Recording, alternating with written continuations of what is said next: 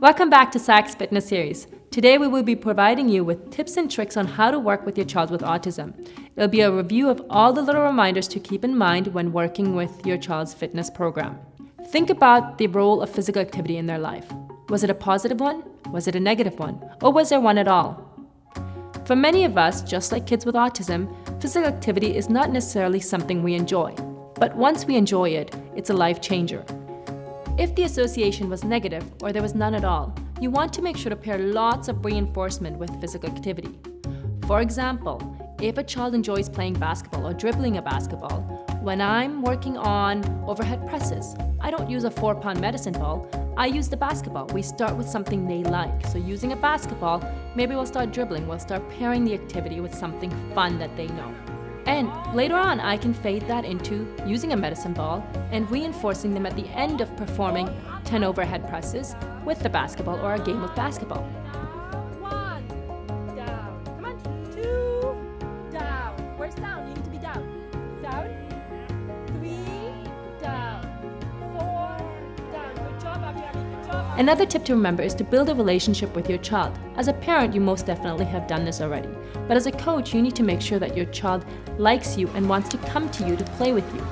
You can do this by praising them, by smiling at them, by playing with their favorite activity, engaging them in a fun and meaningful manner.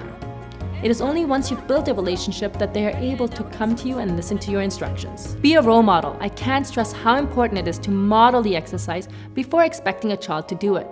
When I'm asking them to perform a squat, I make sure to model it, to show them what is a proper form and technique. So, where are my hands? How far apart should my feet be? Where am I looking?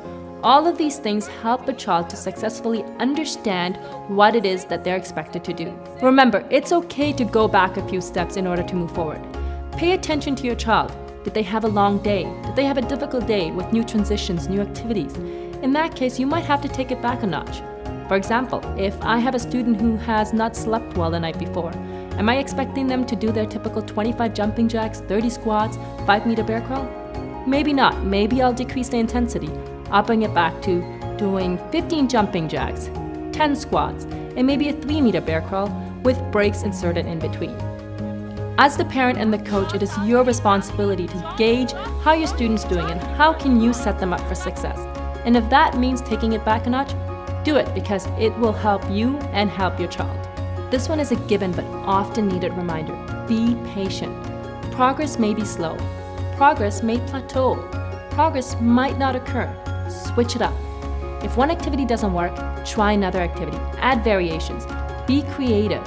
I remember running around with a blue basket just to get my student to practice his overhead throws in a fun way. Make it meaningful. Remember, fitness is work, but we can make it fun. So let's go.